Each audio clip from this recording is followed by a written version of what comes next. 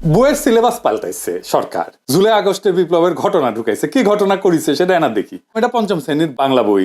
দেখেন, হাসিনার নাম নেয়নি। পরে মনে হয় পুলিশের দায় শুধু, আওয়ামী লীগ নাই, ছাত্রলীগ নাই, গণঅভ্যুত্থানের বিরুদ্ধে মেইন কালপ্রিটের নাম নাই। এরা বাচ্চাদের কি শিক্ষা দিতে চায়?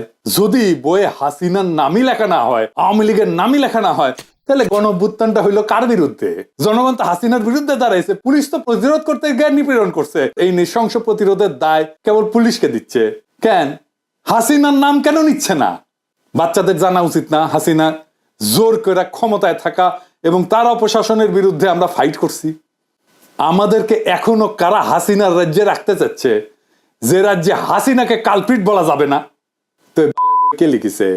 রাখাল রাহা। ওর আসল নাম সাজ্জাদুল হক। এই এত ইসলামোফোব যে নিজের মুসলমান নামটা পাল্টা এটা হিন্দু নাম নিছে। প্রকৃতি খিল হয়েছে। নবম দশম শ্রেণীর বাংলা বইয়ে জুলাই আন্দোলনের ইতিহাস কেন্দ্রিক একটা গদ্য যুক্ত করা হয়েছে। এটাতেও খুনি হাসিনার নাম লেখা হয়নি। কিন্তু আমরা কার বিরুদ্ধে যুদ্ধ করছি তার নাম লিখতেছে না। কারা শহীদদের খুন করছে, গুলি করছে, পঙ্গু বানাইছে, অন্ধ বানাইছে, তাদের পরিচয় বলতেছে না। এটা কেমন ইতিহাস? 4-5 মাস না যাইতেই এই ইতিহাস বিকৃতি, তাও গণ অভ্যুত্থানের সরকার ক্ষমতায় থাকা অবস্থায়। পরে কি হবে তাইলে ভাবেন। এই বই রাগাল মধ্যে ঢুকে দিবেন। হারামজাদা বুদ্ধিজীবী চাইতেছে। এবার বুঝেছেন তো কেন আমি বানবু সুশীলগড় আর বামদের গেলাই।